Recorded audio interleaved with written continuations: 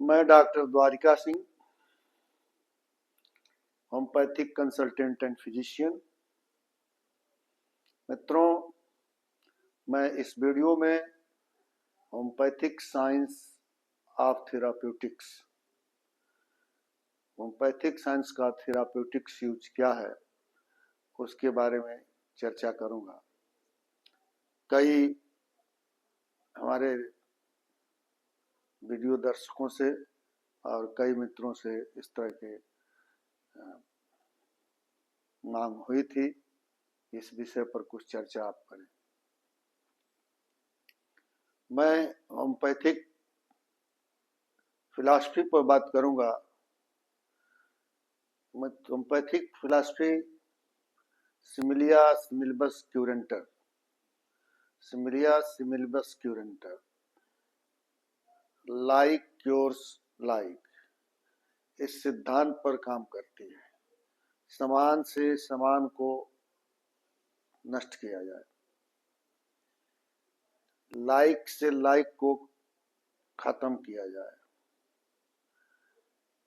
जैसे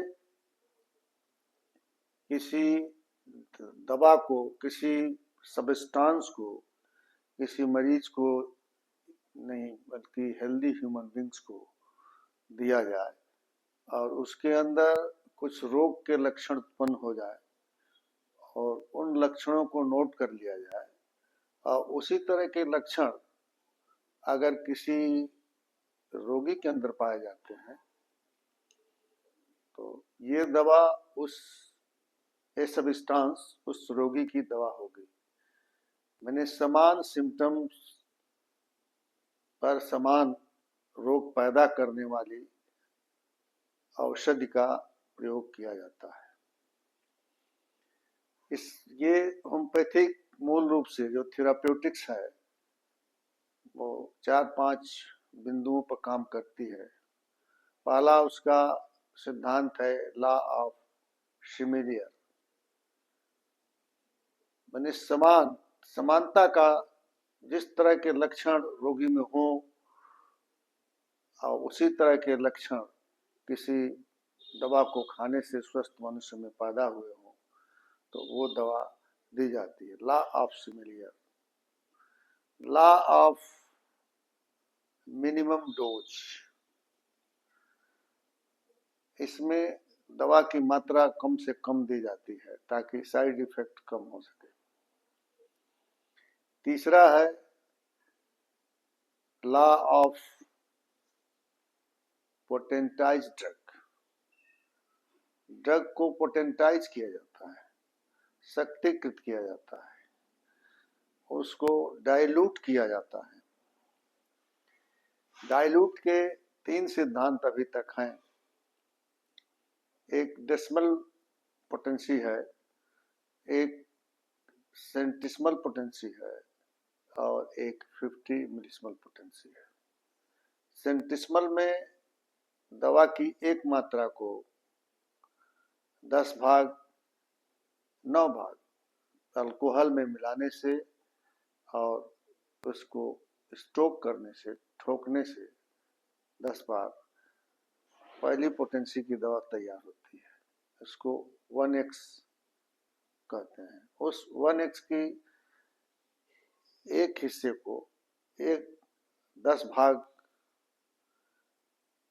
उसके 10 गुने भाग से या 9 गुने भाग से फिर अल्कोहल मिलाई जाए और उसको 10 बार स्ट्रोक किया जाए तो 2x की दवा होगी।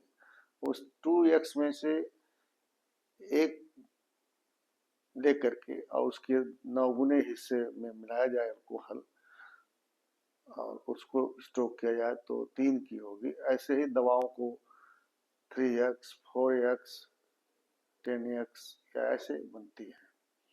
उसके बाद दूसरी पद्धति है बनाने की, फार्मेसी की, वो है सेंटिसिमल पोटेंसी। सेंटिसिमल में 1:100 के अनुपात में दवाओं को डाइल्यूट किया जाता है। 1 part medicine and 99 part alcohol को मिक्स करके और उसको 10 बार स्ट्रोक करने से एक 1 सेंटिसिमल पोटेंसी 1C प्राप्त होती है। उसका फिर एक भाग दे करके और उसके 99 भाग अल्कोहल में मिलाकर फिर स्ट्रोक किया जाए 10 बार, तो एयर डाइल्यूशन 2C पोटेंसी की तैयार होती है। फिर उसमें से ऐसे ही एक भाग ले करके और 99 भाग अल्कोहल में डाल करके और उसको 10 टाइम्स स्ट्रोक किया जाए तो 3C पोटेंसी की दवा तैयार होती है। ऐसे 30, 200, 1M, 10M, CM आदि दवाएं तैयार की जाती हैं। मूल दवा को मदर टिंचर कहते हैं। मदर टिंचर से दवाएं बनाई जाती हैं, मूल ड्रग्स। उसके बाद 50 मिलीस्मॉल पोटेंसी होती है, जिसमें दवा को एक संबंध है 50,000 के अनुपात में बनाया जाता है। इन 3 पोटेंसियों को में से प्रैक्टिशनर अपने ज्ञान से और सूझबूझ से जिस पोटेंसी को चाहता है और जिस पावर में चाहता है यूज करता है। इसका अभी तक कोई सर्वमान्य सिद्धांत विकसित नहीं हो पाया है। ये सारा फिजिशियन के, डॉक्टर के विवेक के ऊपर निर्भर करता है। Law of similia, law of minimum dose, less repetition of medicine. दवाओं को बार बार रिपीट न किया जाए, ये तीसरा सिद्धांत है।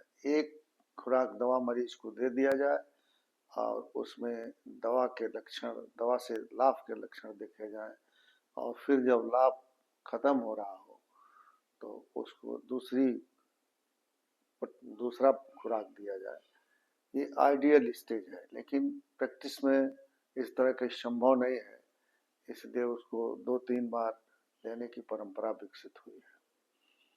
उसके बाद और जो सिद्धांत है, चौथे नंबर का सिद्धांत है मियाज्मेटिक ट्रीटमेंट। मियाज्म, हैनमन साहब ने देखा कि सिमिलिया के आधार पर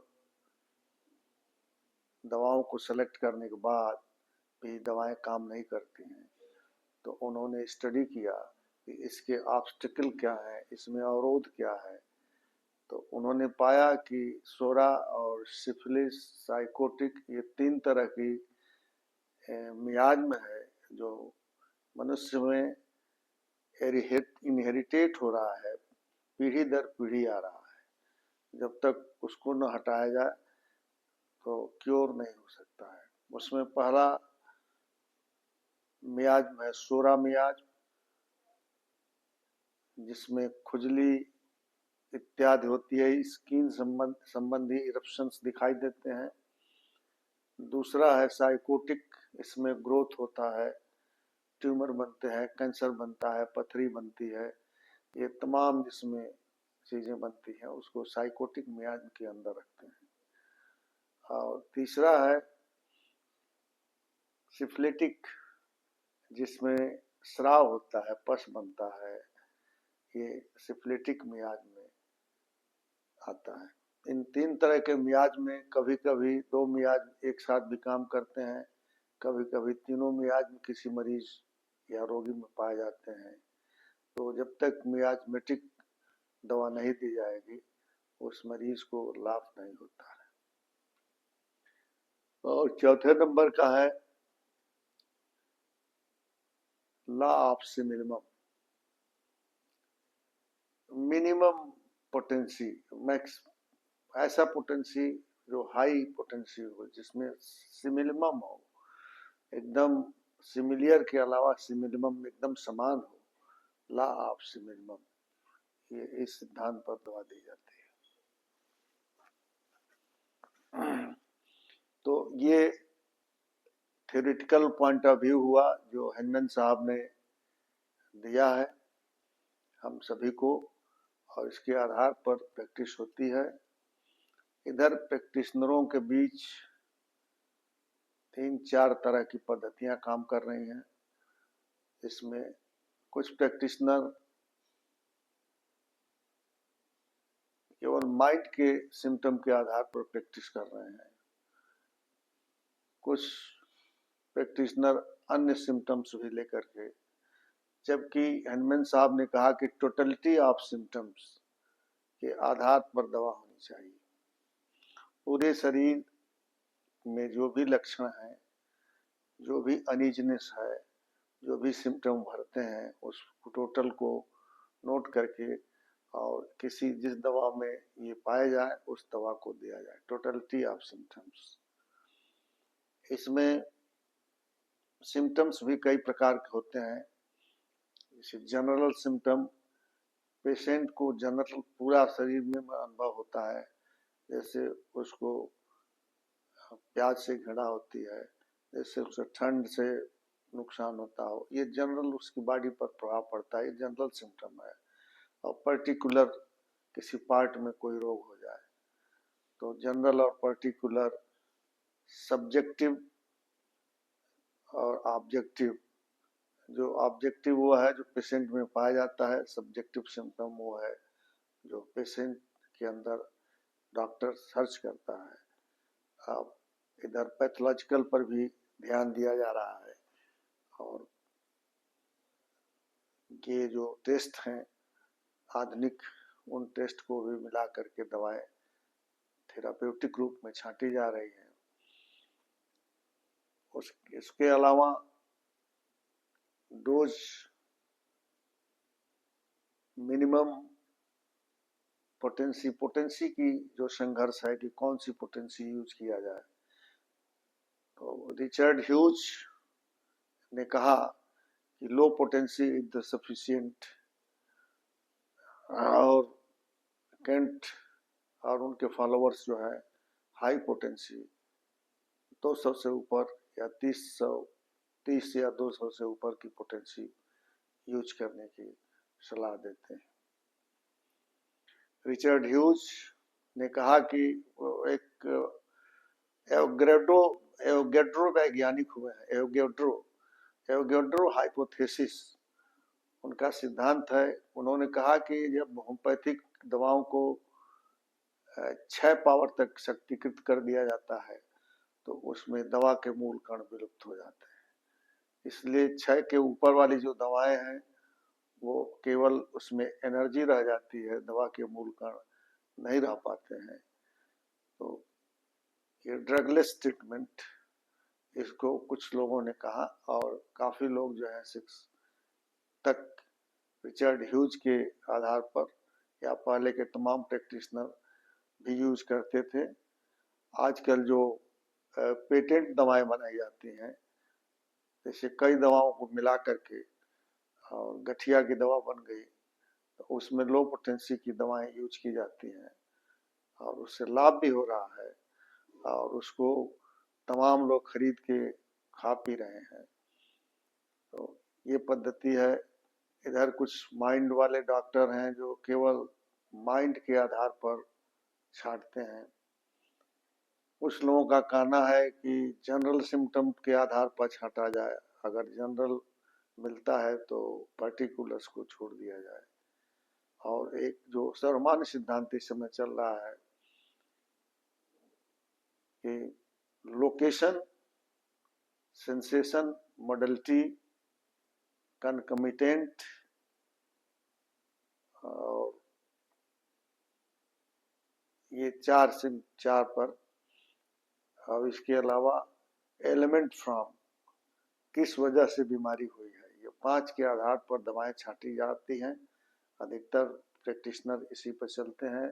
किस पार्ट में लोकेशन क्या है, वहाँ क्या सेंसेशन हुआ है, किस तरह का दर्द हो रहा है, किस तरह की तकलीफ है, वो तकलीफ कब घटती बढ़ती है, उसकी मॉडलिटी क्या है, और वो एलिमेंट क्या है, किसके वजह से वो हुआ है, इन सब चीजों के आधार पर दवा छांटी जाती है। इस प्रकार होम्योपैथिक में दवा छांटी जाती है और दवा की पोटेंसी और दवा का रिपीटेशन, अभी इस पर बहुत ही विवाद है, एक मत नहीं है। और कोई भी डॉक्टर या कोई भी प्रैक्टिशनर किसी भी दवा को अपने स्तर पर डिसाइड करता है, उसके कोई सर्वमान्य नियम नहीं है। इस तरह से मैं स्वयं जो है पहले हाई पोटेंसी यूज करता था, लेकिन इधर मैंने देखा कि लो पोटेंसी ज़्यादा इफेक्टिव है और मरीज ठीक हो रहे हैं, तो लगभग 6 या 30 पोटेंसी तक दवाओं को यूज करता हूँ। कभी कभी 200 और 1 भी दिया जाता है। तो ये आपके विवेक के ऊपर है कि आप कौन सी दवा देते हैं। उसके बाद से स्टुअर्ट क्लोज एक हम होम्योपैथिक में एक विद्वान हुए हैं जो प्रोफेसर भी थे। उन्होंने लिमिटेशन ऑफ होम्योपैथी एक चैप्टर डाला है अपने जीनियस ऑफ होम्योपैथिक बुक में। लिमिटेशन ऑफ होम्योपैथी, एक फिजिशियन को अपनी चिकित्सा पद्धति का लिमिटेशन और अपना लिमिटेशन दोनों जानना जरूरी है कि किन किन दवाओं को हम ठीक कर सकते हैं और किन किन रोगों को हम ठीक कर सकते हैं और किन किन रोगों को हमारी पैथी ठीक कर सकती है। तमाम ऐसे डॉक्टर हैं जो उनका ये विचार है कि हम सब ठीक कर लेंगे, लेकिन जहाँ टेंजिबल केस है, जहाँ संघातिक केसेस हैं, जहाँ फैटल डिजीज है, वहाँ देखने में आया है कि होम्योपैथिक दवाएं काम नहीं करती हैं। इसलिए पेशेंट का हित सर्वोपरि ध्यान में रखते हुए ऐसे रोगों को जो दवाओं से ठीक नहीं हो सकती है, उनको एलोपैथिक हैंड में या दूसरे हैंड में छोड़ देना ठीक रहेगा, क्योंकि होम्योपैथी का विकास अल्टरनेटिव के रूप में अभी नहीं हो पाया है, अभी कॉम्प्लीमेंट्री के रूप में हुआ है। This pathy complement to allopathy और आयुर्वेदा, क्योंकि अल्टरनेटिव पद्धति उसको कहते हैं जिसमें आपको ये हो कि ये होम्योपैथी लीजिए या अंग्रेजी लीजिए, ऐसा नहीं है। तमाम ऐसे डिजीज हैं जिसमें एलोपैथिक दवाएं भी काम नहीं करते हैं, होम्योपैथिक काम करती है। तमाम ऐसे रोग हैं जिसमें होम्योपैथिक नहीं काम करती है, एलोपैथिक की जरूरत पड़ती है। इन सब सारी चीज़ों को ध्यान में रख करके और प्रैक्टिस करना चाहिए। ये थेराप्यूटिक वैल्यू होम्योपैथी का है, अभी तक मेरे जो अध्ययन में आया है। आशा करते हैं कि ये आपको अच्छा लगा होगा और सुझाव भी आप दे सकते हैं। Thank you.